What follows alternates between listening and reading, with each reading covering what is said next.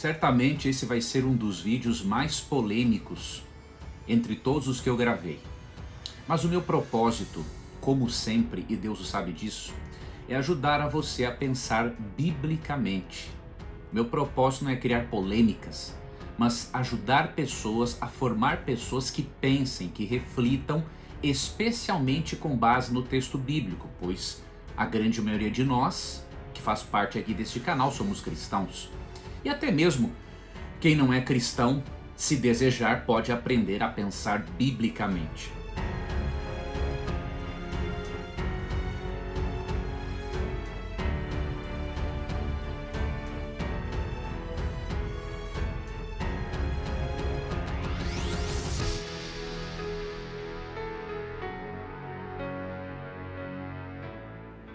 Neste vídeo eu vou demonstrar para você que Ellen White, cofundadora do Adventismo e considerada pelos adventistas como uma profetisa não canônica, ela era sim favorável à pena de morte. Antes de você fazer um julgamento a respeito dela, deixa eu lhe esclarecer uma coisa. Ellen White, nos seus escritos, sempre destaca o amor de Deus pela raça humana, a graça de Jesus Cristo, o grande conflito entre o bem e o mal. Se você ler, por exemplo, o livro Caminho a Cristo, você vai ver um livro maravilhoso, juntamente com o Desejar Todas as Nações, que apresenta um Cristo divino perdoador, capaz de perdoar ao pior criminoso. Mas ao mesmo tempo você percebe que Ellen White pensava biblicamente em relação ao homicídio. Por exemplo, se você ler Lucas 23, 42 e 43, você vê que na Bíblia, Jesus perdoou o criminoso na cruz. Jesus prometeu a vida eterna para ele. Mas Cristo não tirou este criminoso da cruz. Cristo teria poder para isso. Mas só que Cristo, na sua misericórdia, ele também exerce juízo. Então o perdão de Cristo e a garantia de que o criminoso estaria no paraíso com ele quando Jesus voltasse, obviamente, o perdão de Cristo não tira a responsabilidade pelo crime praticado por aquele indivíduo. Então Ellen White pensava biblicamente. Eu quero que quando você ver a citação que eu vou apresentar dela e alguns textos bíblicos, eu quero que você entenda isso. O foco dela sempre foi a graça perdoadora de Deus, o conflito entre o bem e o mal. O foco dela não era este assunto. Mas, nas pouquíssimas declarações que ela fez sobre o tema, ela é muito clara. E por que eu estou mencionando Ellen White? Eu sei que talvez você seja um cristão de outra denominação religiosa, ou nem tenha ouvido falar dela, mas eu estou citando Ellen White especialmente porque eu tenho percebido que vários adventistas que creem no dom profético dado a Ellen White ainda não aprenderam a pensar biblicamente e ainda não aprenderam a ler como deveriam as obras de Ellen White. Infelizmente, hoje é raro encontrarmos uma pessoa que leia pelo menos 1 ou 2 livros dela por ano. Então, esta falta de leitura acaba atrapalhando as pessoas de compreenderem o pensamento global de Ellen White acerca de vários assuntos. Então, nesse vídeo eu quero lhe mostrar a posição dela a respeito e farei também um breve comentário sobre um documento, votado pela liderança da minha igreja, não é, a respeito desse assunto. Você pode até pensar o seguinte: nossa, o Leandro vai desrespeitar os líderes. Muito pelo contrário. Quem me conhece sabe que eu respeito muito aos meus líderes, né? Porque eu sei que a função deles é sagrada, né? A função do pastor, ela é um chamado que Deus dá para a pessoa. Eu sei que os meus líderes trabalham muito, mas muito na evangelização. Trabalham muito pela unidade da igreja. Então este meu vídeo e o artigo que eu escrevi sobre o assunto não tem o propósito, de desrespeitar os meus líderes. Se eu estivesse fazendo isso, eu estaria pecando. Eu tenho que respeitar os meus líderes, como diz Paulo, eu tenho que respeitar aqueles que trabalham por mim diante do Senhor, eles presidem por mim. Então, o mínimo que nós devemos ter, né, é um respeito, uma reverência para com a nossa liderança. Mas não é porque nós temos uma liderança muito envolvida com a missão, uma liderança muito dedicada, que nós não precisemos apontar alguns equívocos teológicos, né? Afinal, nossos líderes são seres humanos, assim como nós o somos. Então, ao invés de criticar nossos líderes, que têm tantas coisas para fazer e trabalham demais, nós devemos apresentar soluções. E a proposta desse vídeo e a proposta do meu artigo, né, que eu quero que você leia, para você poder tirar uma conclusão, a proposta de ambos, simplesmente, né, é dar uma contribuição para uma liderança que me ensinou, desde que eu me tornei um cristão adventista há cerca de 20 anos, para uma liderança que me ensinou a pensar biblicamente. Okay? Então o que eu só tenho a fazer é contribuir e não criticar. A igreja já tem muitos críticos. O que a igreja precisa não é de críticos. A igreja precisa de pessoas que discutam ideias e que apresentem soluções. Tá bom? Então, dado esse esclarecimento, vamos ver o que Ellen White disse sobre a pena de morte. Bom, esta citação se encontra no manuscrito 126, do ano de 1901, e está no 4º parágrafo. Acompanhe comigo na tela, presta atenção, eu grifei algumas coisas para que nós possamos fazer uma análise mais minuciosa dessa citação. Agora, para você se aprofundar neste assunto, você é obrigada, diríamos assim, entre aspas, a ler o artigo que está na descrição do vídeo. Ok? Se você não ler o artigo, você não vai ter uma visão mais abrangente daquilo que eu quero dizer. E eu não posso pegar um artigo de 12 páginas e apresentá-lo todo num vídeo. Ok? Então eu peço que você separe um tempo. Você vai precisar de uns 20 e poucos minutos para ler aquele artigo. E aí depois que você assistir o vídeo e ler o artigo, aí sim eu gostaria de receber os seus comentários, as suas considerações bíblicas, teológicas, com base na disciplina chamada ética cristã. Porque tem muitas pessoas que só leem uma manchete e já começam a comentar sem ter lido. Isso é ignorância e eu espero que você não faça isso. Tá bom? Bom, esta citação, que se encontra no manuscrito 126 do ano 1901, página, na verdade no 4º parágrafo, ela também se encontra numa outra obra e no artigo você vai ver esta outra referência.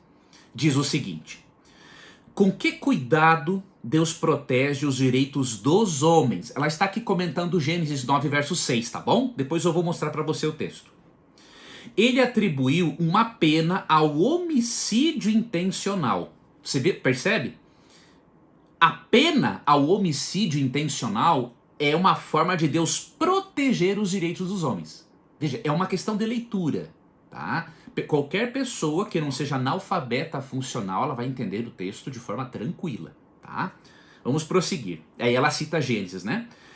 Quem derramar sangue de homem, pelo homem terá seu sangue derramado. Gênesis 9, verso 6. Se fosse permitido a um assassino ficar sem punição, e por sua influência maligna e violência cruel, ou melhor, por sua influência maligna e cruel, subverteria outros. Isso aqui é muito lógico, né? Um assassino ficar sem punição, pela influência maligna e violência cruel dele, ele subverte outros, né? Isso resultaria em um estado de coisas semelhante ao que existia antes do dilúvio. É exatamente por não haver esta punição que nós estamos vivendo num período quase como o período antes do dilúvio. Deus deve punir assassinos. Ele dá a vida e a tirará, se essa vida se tornar um terror e uma ameaça. Viu? Em nome das vítimas em potencial, se a vida de um criminoso se torna um terror e uma ameaça, ela tem que ser tirada.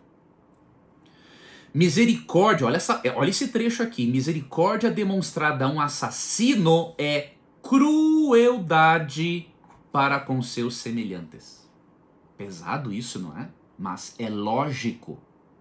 Misericórdia demonstrada a um assassino é crueldade para com a vítima, que morreu e que só vai ressuscitar quando Cristo voltar, tá? Caso ela aceite a Cristo como tenha aceitado a Cristo como Salvador. Se um assassino intencional pensa que encontrará proteção fugindo para o altar de Deus, era um costume no Antigo Testamento, né? Depois você vai ver isso no artigo, ele poderá descobrir que será forçado a sair daquele altar e ser morto. Mas se um homem tira a vida sem querer, então Deus declara que ele providenciará um lugar de refúgio para o qual ele pode fugir. Você percebe uma coisa interessante? Quando Ellen White comenta o assunto, ela é muito bíblica, muito lógica e muito ponderada. Ela não nega o perdão divino ao criminoso, de forma alguma, mas ela mostra que apesar do perdão divino, a pessoa tem que pagar pelos seus crimes. É o princípio de Gálatas 6, verso 7, aquilo que o homem plantar, ele colherá. E você percebe aqui nesta frase, algumas pessoas podem pensar assim, ó, mas ela no meio do texto diz que Deus deve punir assassinos. Só que Deus pune por meio de seres humanos. Por quê? Ela está comentando Gênesis 9,6. E Gênesis 9,6 não fala que Deus pune diretamente os assassinos. Olha o que diz o texto. Quem derramar sangue de homem, pelo homem se terá seu sangue derramado.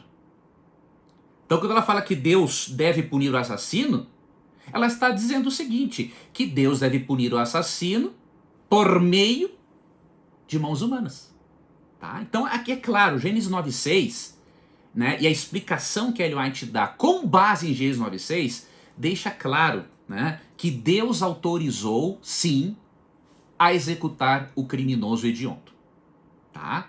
Então, como ela usa esta frase, Deus deve punir assassinos, no contexto de Gênesis 9,6, que mostra que Deus pune indiretamente por meio de seres humanos, então é óbvio que ela não está falando aqui simplesmente do momento em que Deus vai punir as pessoas no juízo final. Seria ridícula essa interpretação, porque o contexto é muito claro. Bom, fizemos aqui uma breve análise dessa citação, e eu queria mostrar para você esse texto de Gênesis, na verdade de Êxodo 21, 12 a 14, tá? Para você perceber que Ellen White, quando fala de tirar o criminoso, fazer o criminoso sair do altar para ser morto, ela está comentando esse texto bíblico, tá? E também 1 Reis 2, 28 você pode ler, mas Êxodo 21, 12 a 14 diz assim: quem agredir e matar outra pessoa será executado. Mas se for apenas um acidente permitido por Deus, definirei um lugar de refúgio para onde o responsável pela morte possa fugir. Se contudo alguém matar outra pessoa intencionalmente, o assassino será preso e executado, mesmo que tenha buscado refúgio no meu altar. Então veja a coerência de Deus. Se o assassinato, o homicídio não fosse intencional, Deus providenciava para esta pessoa a cidade de refúgio. Haviam 6 cidades de refúgio. Você pode ler sobre elas depois em Números 35. Quando a pessoa matava alguém, por exemplo, poderia estar manuseando uma ferramenta e sem querer matou uma pessoa. A família da vítima iria, obviamente, matar o indivíduo.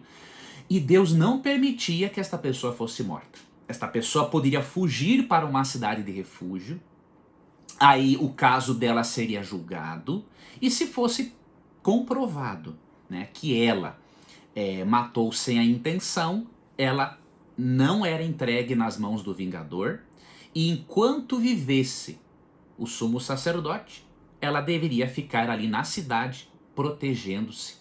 E depois da morte desse sumo sacerdote, aí ela poderia sair e ter a vida normal fora da cidade, tá? Agora, se o indivíduo fosse comprovado que ele matou intencionalmente, depois de um julgamento criterioso, com testemunhas, Deus não permitia que alguém fosse morto sem 2 ou 3 testemunhas contra o crime dele, contra o crime, não é? Deus fazia uma grande investigação através dos juízes. Aí sim, se fosse comprovado que o indivíduo matou intencionalmente, ele era retirado para fora da cidade de refúgio e era morto. Não tem dúvida disso. Comentando o Êxodo 21, 12 a 14, um livro muito interessante intitulado Citações Jurídicas na Bíblia, né? Diz o seguinte, os autores dizem o seguinte: mas o matador voluntário e traiçoeiro, ainda que arrependido do seu crime, será arrancado até do pé do altar para ser morto. No caso de crime de morte não intencional, o assassino poderia fugir para um lugar de refúgio para escapar à vingança do sangue por parte dos parentes da vítima. Tá?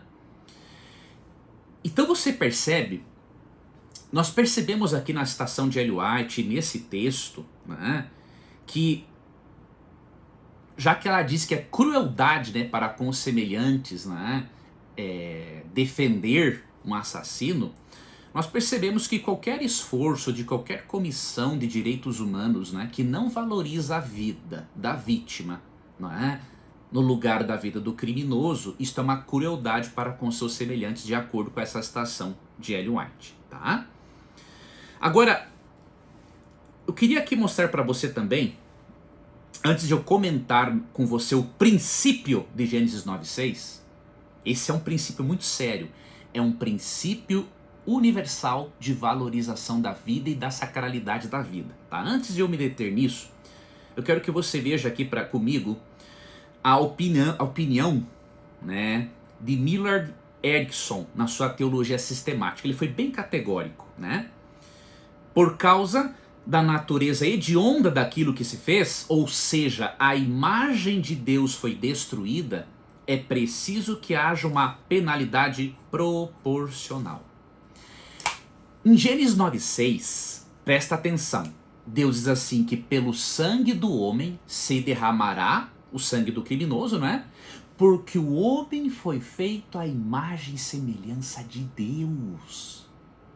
Ou seja, para Deus, a vida humana é tão sagrada que destruir uma vida humana à imagem e semelhança do Criador requer a morte do assassino. O raciocínio é lógico, simples e direto. Só não entende o quem não quer entender. A base da pena de morte não é a vingança. Deus não nos autoriza a fazermos vingança com as próprias mãos. Eu até vou comentar isso em um outro artigo. A base da pena de morte não é vingança, é a sacralidade da vida humana. E você percebe uma coisa? Enquanto o mundo valoriza a vida humana de uma forma, a Bíblia valoriza a vida humana de outra forma. Porque já que o ser humano é imagem e semelhança de Deus, e alguém destruiu esta imagem, tirando a vida da pessoa, a única maneira desta pessoa pagar por isso é com a morte. O texto é claro. Leia Gênesis 9, 5 e 6, reflita, analise a opinião de comentaristas conservadores e você vai perceber que a Bíblia é sim a favor da pena de morte. Uma outra citação que eu quero repartir com você, que também está no livro Citações Jurídicas da Bíblia, de Gonzales e Octaviano, a citação diz o seguinte: Deus, em palavras a Noé, em Gênesis 9:6, não é?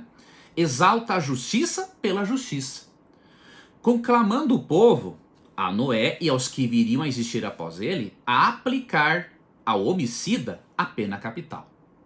Homicídio, que num sentido é sempre fratricídio, exige um castigo equivalente ao crime. A justificativa para a pena capital aqui estabelecida é a nobreza da vida humana, criada à semelhança de Deus. Veja, esses autores da área jurídica entendem mais da Bíblia do que muitos cristãos. Talvez eles sejam cristãos, mas num livro que fala das citações jurídicas na Bíblia, eles entenderam melhor Gênesis 9:6 que muitos cristãos, porque é exatamente isso. Gênesis 9:6 trata da nobreza da vida humana criada à semelhança de Deus. Por isso que a pena de morte foi estabelecida. Porque a vida humana é nobre demais para ser destruída. A lógica bíblica vai contra a lógica secular, que está cegada pelo Deus desse século, como diz 2 Coríntios 4:4. Tá?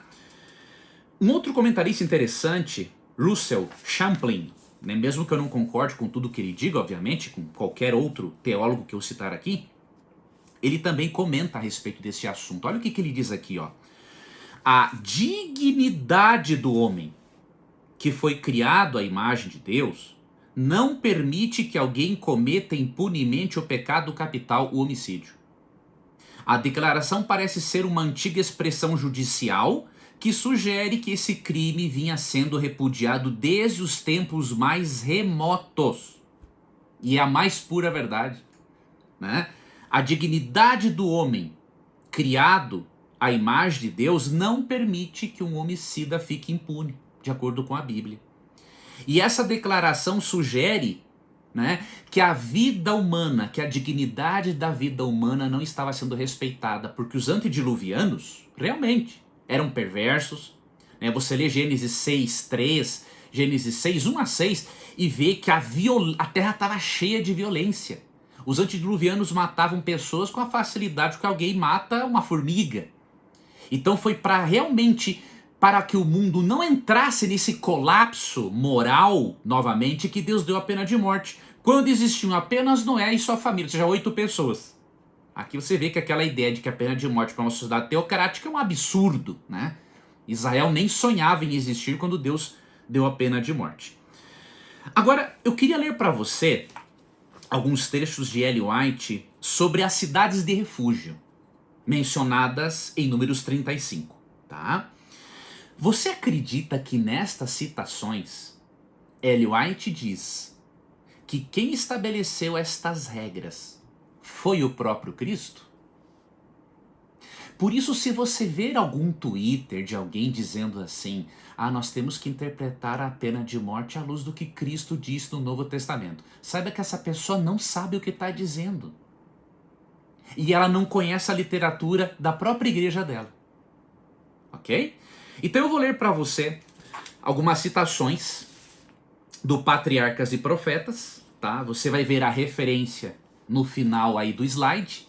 E essas citações vou resumir alguns trechos, obviamente, porque são grandes. Na verdade, você não vai ver em slide essa citação, porque como é muito grande o trecho que eu vou ler, eu quero que você acompanhe e depois eu digo para você a referência, tá ok?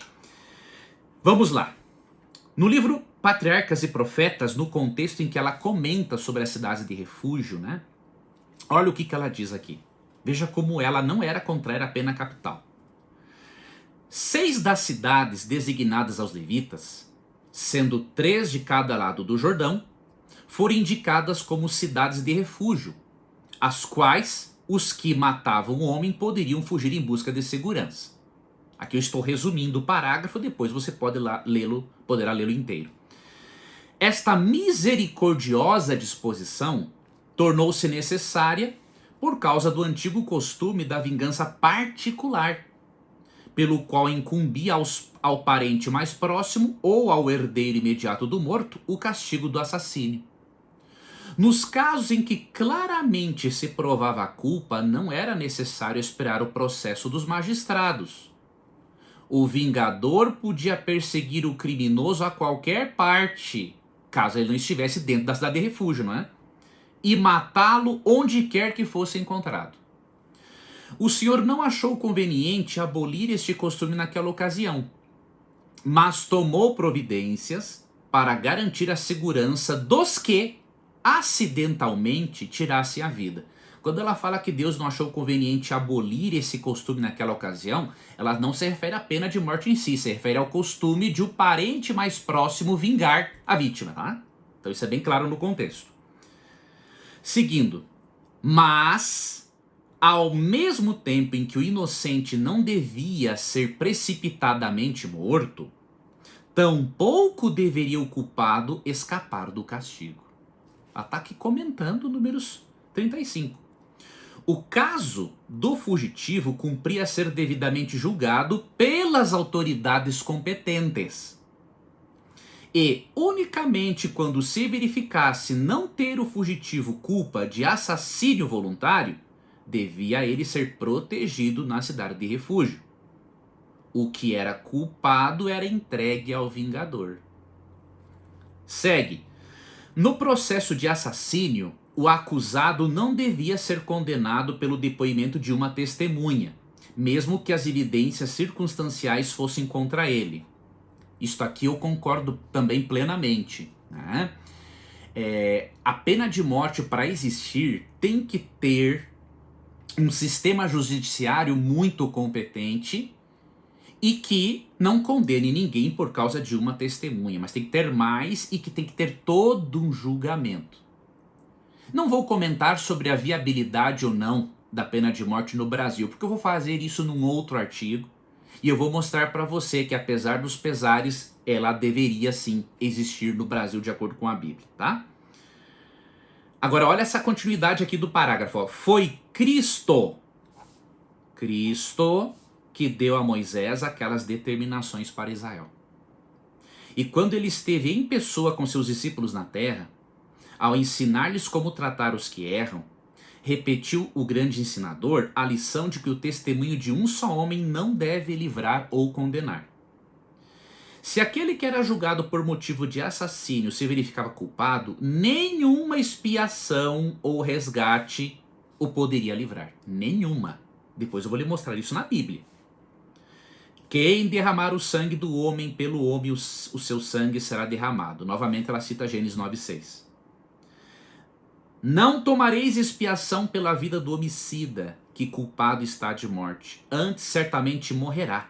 Tirá-lo-ás do meu altar para que morra. Números 35, 31 e 33. Foi a ordem de Deus, diz Ellen White. Ou seja, quando ela fala anteriormente que foi Cristo que deu a Moisés essas determinações, e para frente ela fala que foi ordem de Deus, ela está dizendo que o Deus, Jesus Cristo, que Cristo pensa da mesma forma que Deus Pai. Temos que interpretar o Novo Testamento com base em Cristo. Então, se você interpretar o Novo Testamento com base em Cristo, você vai crer na pena de morte, porque quem deu essas instruções para Israel foi o divino Jesus Cristo. Isso é uma coisa tão lógica, tão óbvia, não é? Que a pessoa, para falar o contrário, ela não pode não saber realmente o que está dizendo. Nenhuma expiação se fará pela terra por causa do sangue que se derramar nela, senão com o sangue daquele que a derramou. Êxodo 21:14. E finalizo aqui o resumo deste parágrafo. A segurança e pureza da nação exigiam que o pecado do homicídio fosse severamente punido. A vida humana, que apenas Deus podia dar, devia, de maneira sagrada, ser guardada. Então, quando Ellen White comenta sobre as cidades de refúgio, entre outras coisas, ela fala que a pena capital era para preservar a segurança e a pureza da nação, e ela fala também que a vida humana que apenas Deus podia dar deveria de maneira sagrada ser guardada. Então a pena de morte não é vingança, ela é um princípio universal que mostra a sacralidade da vida humana. É assim que a Bíblia pensa. E você precisa, querido internauta, aprender a pensar teologicamente. Não permita que uma cultura secular influencie a sua mente e formule a sua cosmovisão. Tudo bem? Agora, vamos ver um texto aqui. Eu já fiz com você uma breve análise, né, de Gênesis 9:6, e eu quero ver aqui com você agora um outro texto de Ellen White, que está no livro Patriarcas e Profetas também, em que ela comenta Gênesis 6:3, quando fala que a terra se encheu de violência. Esse texto também é interessante para considerarmos este assunto à luz do que Ellen White escreveu. Diz assim: o crime e a miséria aumentaram rapidamente. Nem a relação do casamento, nem os direitos de propriedade eram respeitados. Quem quer que cobiçasse as mulheres ou as posses de seu próximo, tomava-as pela força. E os homens exultavam com suas ações de violência. Deleitavam-se na destruição da vida de animais, até que vieram a considerar a vida humana com espantosa diferença. Veja, esse texto de Ellen White, né? Esse background de Gênesis 6:3 nos ajuda a descobrirmos, né, as razões para o estabelecimento da pena de morte por parte do Criador. O mundo vinha se tornando de mal a pior. A vida dos animais não era respeitada e, como consequência, a vida humana foi vista com grande indiferença. Não é? Agora, olha esse texto bíblico aqui que eu quero repartir com você também. Êxodo 21, 28 e 29. Esse texto é muito forte. Por quê? Ele mostra que a vida humana é tão sagrada que se um animal matasse uma pessoa, esse animal deveria ser morto. Presta atenção. Veja que isso aqui não é uma coisa de pouca importância. A vida humana é sagrada para Deus e a forma como Deus sacraliza a vida é diferente desta maneira secular e perversa que existe por aí, tá? Que valoriza o bandido e que não valoriza em nada a vida da vítima e aqueles que ficaram sofrendo pela falta do pai, da mãe ou do parente querido ou de um filho, tá? Êxodo 21, 28 e 29 diz assim: se um boi matar a chifradas um homem ou uma mulher, o boi será apedrejado e não será permitido comer a sua carne. Veja, era tão grave matar um ser humano que além de matar este boi não era nem para comer a carne dele. Nesse caso, porém, o dono do boi não será responsabilizado. Agora veja isso aqui. Mas se o boi costumava chifrar pessoas e o dono havia sido informado, porém não manteve o animal sob controle, se o boi matar alguém, será apedrejado e o dono também será executado. Forte, não é? Mas é a verdade bíblica. Mas neste caso, quando você lê o verso 30, havia uma possibilidade de o indivíduo escapar desta pena capital, se a família da vítima quisesse uma indenização. Agora, se a família da vítima não aceitasse indenização, por ele ter sido avisado e saber que o boi chifrava as pessoas e não tomou providências, o boi e o dono do boi eram mortos juntos. É assim que Deus valoriza a vida. Eu tenho curiosidade para saber se haverá algum comentário tão corajoso que me diga que Deus está sacralizando a vida humana de uma maneira errada. Eu queria ver um comentário de algum cristão aqui corajoso que ensine Deus, o autor da vida, né, como diz Atos 3,15, como se deve valorizar a vida humana. Tenho curiosidade para ver se alguém vai ter coragem de tamanha audácia. Mas se tiver, obviamente que eu vou responder. E eu verei nas reações a este post até que ponto a arrogância humana pode chegar em querer ensinar Deus a maneira como a vida humana deve ser valorizada. Vamos aguardar, vamos ver isso aí. Bom, eu sei que o vídeo está longo, mas este não é um assunto para ser tratado de qualquer jeito. Tanto que eu estou deixando para você na descrição do vídeo um artigo com 12 páginas. Mas agora eu quero mostrar para você, que talvez não conheça a literatura da sua própria igreja, caso você seja um adventista do sétimo dia, o que o comentário bíblico diz sobre Gênesis 9:6. Só destaco uma outra coisa, no artigo você vai ver que o mais recente comentário bíblico, que é o comentário bíblico da Andrews, ele tem a opinião praticamente a mesma opinião de Gênesis 9:6, tá? Então você vai ver isso no artigo, você vai ver que isso é teologia. Tá? Isso aqui não é uma opinião jogada ao vento, isso aqui é teologia. E o que o comentário bíblico diz no volume 1 acerca de Gênesis 9:6? Preste atenção. Deus vingaria ou puniria todo assassinato, não porém diretamente, como fez no caso de Caim. Este argumento de que Deus perdoou Caim eu vou responder num outro vídeo, num outro artigo, tá bom? Fica tranquilo.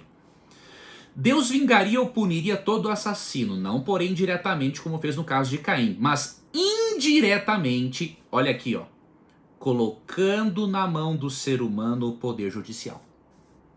Mais claro que o sol ao meio-dia. Esta é a posição do comentário bíblico.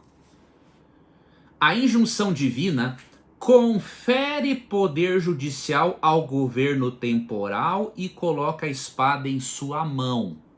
É o que está no comentário bíblico adventista. Deus tomou cuidado de erigir uma barreira contra a supremacia do mal. Supremacia essa que existia no período pré-diluviano.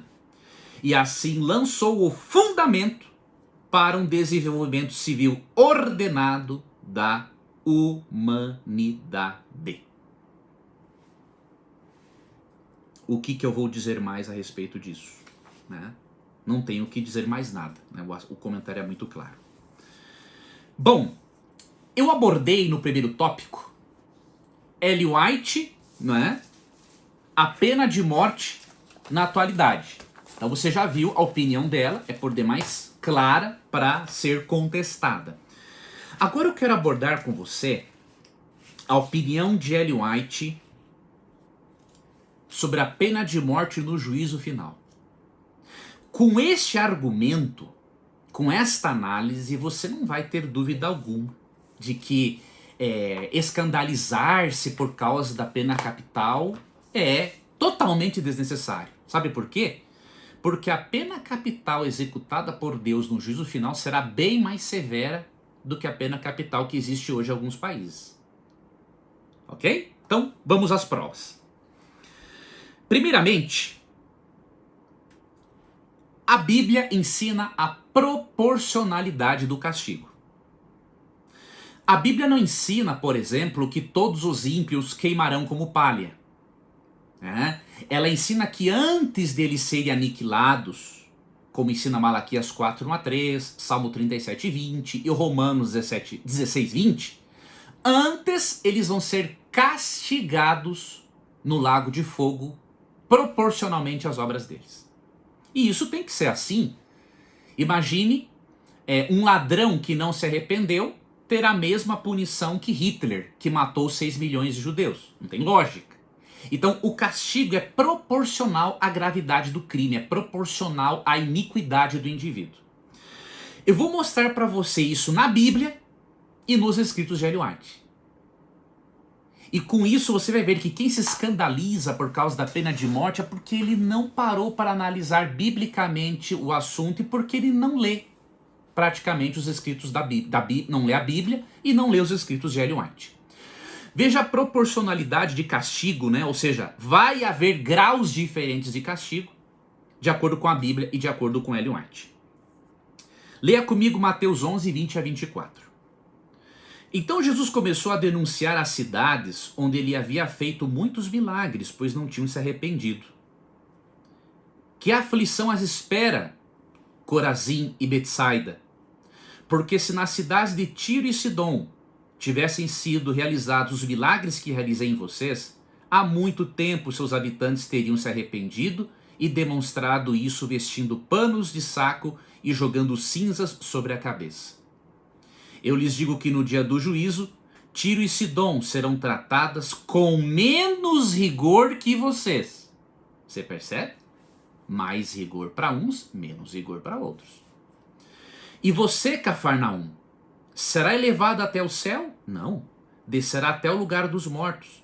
Porque se na cidade de Sodoma tivessem sido realizados os milagres que realizei em você, ela estaria de pé ainda hoje. Eu lhe digo que no dia do juízo, Sodoma será tratada com menos rigor que você.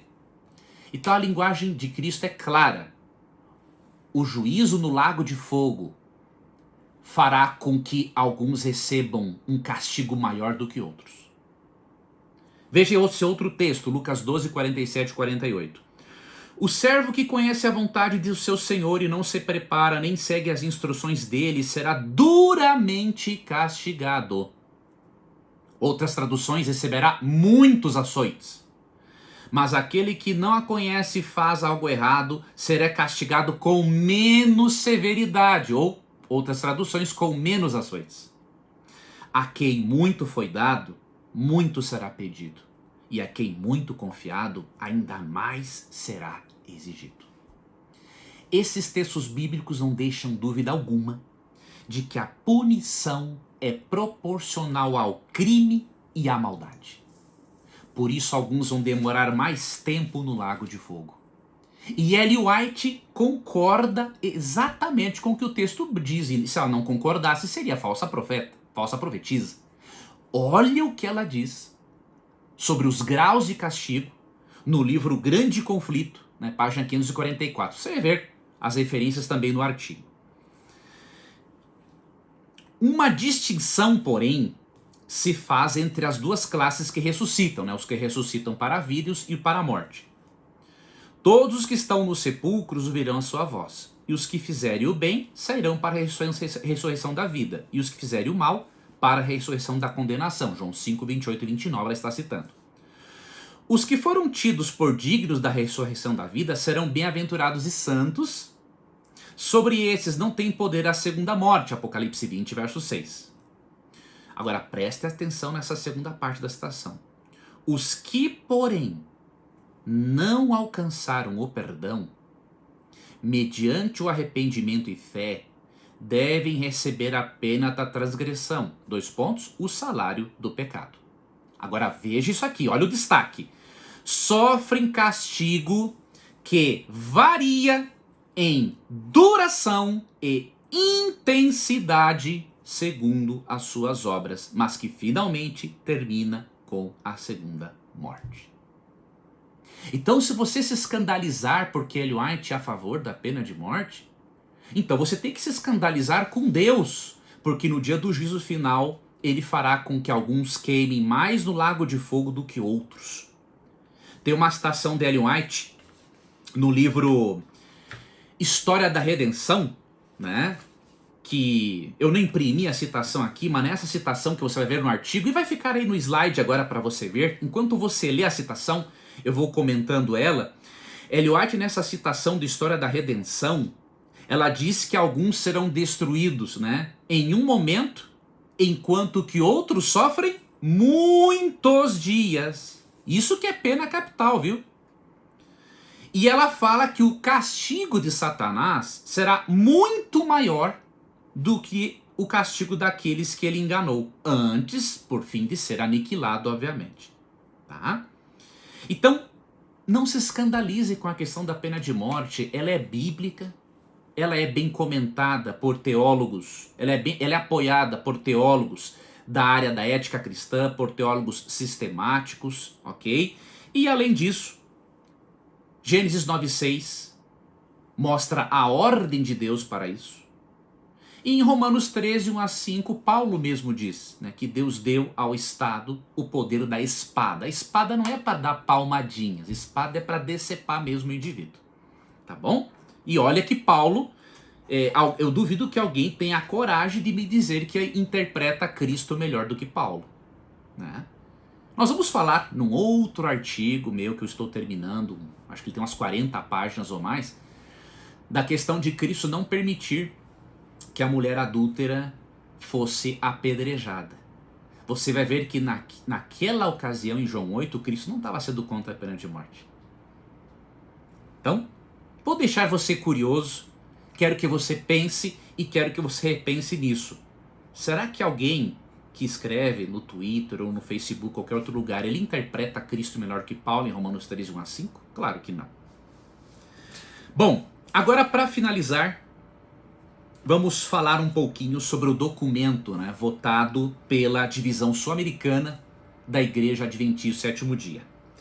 Bom, eu já falei para você no início do vídeo, né, que este meu vídeo aqui e o meu artigo não tem nenhuma vírgula, nem tem a mínima possibilidade de desrespeitar a igreja. Até porque eu trabalho, né, com a igreja, e mesmo que eu não seja mais um obreiro da igreja, o meu respeito pelos líderes, a minha admiração pelo trabalho que eles fazem é a mesma. Tá? Eu sou um cristão que eu entendo que Deus chamou pastores para uma obra sagrada. Então, eu não estou aqui para criticar meus líderes, eu estou aqui para contribuir e demonstrar que aquele documento votado pela divisão, não é, no Concílio Anual da Igreja Adventista Sétimo Dia, realizado em 2017, aquele documento ele não deveria ter sido votado. Tá? E eu vou explicar o porquê. Primeiro, você está vendo que a base bíblica e de Ellen White para a pena de morte é muito clara. Mas, por que esse documento foi votado de uma maneira equivocada? Primeiramente, é dito no documento, né, que aquele documento foi escrito pelo Instituto de Pesquisa Bíblica da Associação Geral da Igreja Adventista do Sétimo Dia. Eu, sinceramente, eu tenho as minhas dúvidas. Por quê? Porque uma comissão de ética, sempre que é composta por teólogos conservadores, ela sempre vai levar em conta, né, a posição protestante e especialmente reformada sobre assuntos éticos. E além disso, no caso de uma comissão de ética adventista do sétimo dia, vai considerar não só a Bíblia, vai considerar comentaristas, né? Mas vai considerar também o pensamento de Ellen White sobre o assunto, tá? Mas, e também o pensamento do Dr. Larrombel, um dos grandes teólogos da nossa igreja, mostra claramente que Gênesis 9:6 trata assim da pena de morte. Mas essa citação dele você também terá num outro artigo que eu vou disponibilizar, tá bom? O que acontece? Eu não estou aqui para questionar quem escreveu aquele documento e para questionar a igreja quando ela diz, por exemplo, que foi uma comissão de ética que preparou, mas eu tenho as minhas dúvidas. Eu gostaria de saber quais pessoas participaram desta comissão de ética para eu saber se ali tem algum teólogo especialista em ética cristã. Tá, isso é uma coisa importante. O assunto da pena capital, ele parece não ser importante, mas por outro lado, para Deus é algo muito sério. E isto o documento deveria ter considerado, tá? Quer ver um texto que o documento deveria ter considerado? Esse texto aqui, ó, números 35, 31 a 33. Se o documento considerasse tanto o pensamento de Ellen White, quanto de outros teólogos conservadores, e esse texto bíblico aqui, aquele documento não teria sido votado daquela forma. E eu creio que se meus líderes analisarem esse documento à luz do que eu estou explicando aqui, eu não sou melhor do que ninguém, sou um pecador miserável, mas eu tenho pelo menos raciocínio lógico. Eu aprendi com esta igreja a pensar biblicamente. E amo os meus líderes que me ensinaram a fazer isso. Mas olha esse texto, que deveria ser considerado antes de votar um documento daqueles de forma precipitada. Números 35, 31 e 33. Jamais aceitem resgate pela vida de alguém que foi declarado culpado de assassinato e condenado à morte. Os assassinos deverão ser sempre executados. Olha, sempre. Essa medida garantirá que a terra em que vivem não seja contaminada. Olha isso aqui, ó. Pois o assassinato contamina a terra. Ou seja, a linguagem bíblica é muito forte para nós considerarmos este assunto de mera importância. Ou para dizermos, como foi dito no documento, que a igreja valoriza a vida humana e por isso não fala da pena de morte. Não. A forma como a Bíblia valoriza a vida humana é diferente, né? Tanto que diz que se o assassino não for executado, a terra fica contaminada. Veja, essa palavra é muito forte para se referir a um mandamento simplesmente para uma sociedade teocrática. Não. É algo muito forte, muito pesado. E continua, ó. O único sacrifício, presta atenção nessa palavra, o único sacrifício que fará expiação pela terra que foi contaminada com o sangue da vítima, em caso de assassinato, é o sangue de cordeiros? Não. É a execução do assassino. Agora eu quero que alguém me prove o contrário. Você notou que para o crime hediondo do assassinato intencional, o sangue do cordeiro não poderia fazer expiação pela terra contaminada? E agora? O que você me diz sobre isso? A Bíblia é clara em dizer: o único sacrifício que pode fazer expiação pela terra contaminada pelo sangue da vítima, o único sacrifício é a execução do assassino. Por isso o assunto da pena de morte, né, é mais sério do que muitos imaginam e não deve ser tratado superficialmente. E eu finalizo com esse último slide dizendo para você o seguinte, que Gênesis 9:6 apresenta um princípio universal de valorização da vida humana e um princípio universal de sua sacralidade. Isto é pensar biblicamente. E eu espero que neste vídeo, e com o artigo de 12 páginas que você vai ler, você, meu querido irmão adventista sétimo dia, meu querido irmão da Assembleia de Deus, da Igreja Batista, da Igreja Metodista, meu querido irmão presbiteriano, meu querido irmão católico, meu querido irmão espírita, meu querido irmão ateu, lhe chamo de irmão porque mesmo você não crendo em Deus, eu creio que nós somos criados pelo mesmo Deus. Eu espero que você avalie este assunto do ponto de vista bíblico, teológico, e que você não permita que as emoções se sobressaiam em relação à razão.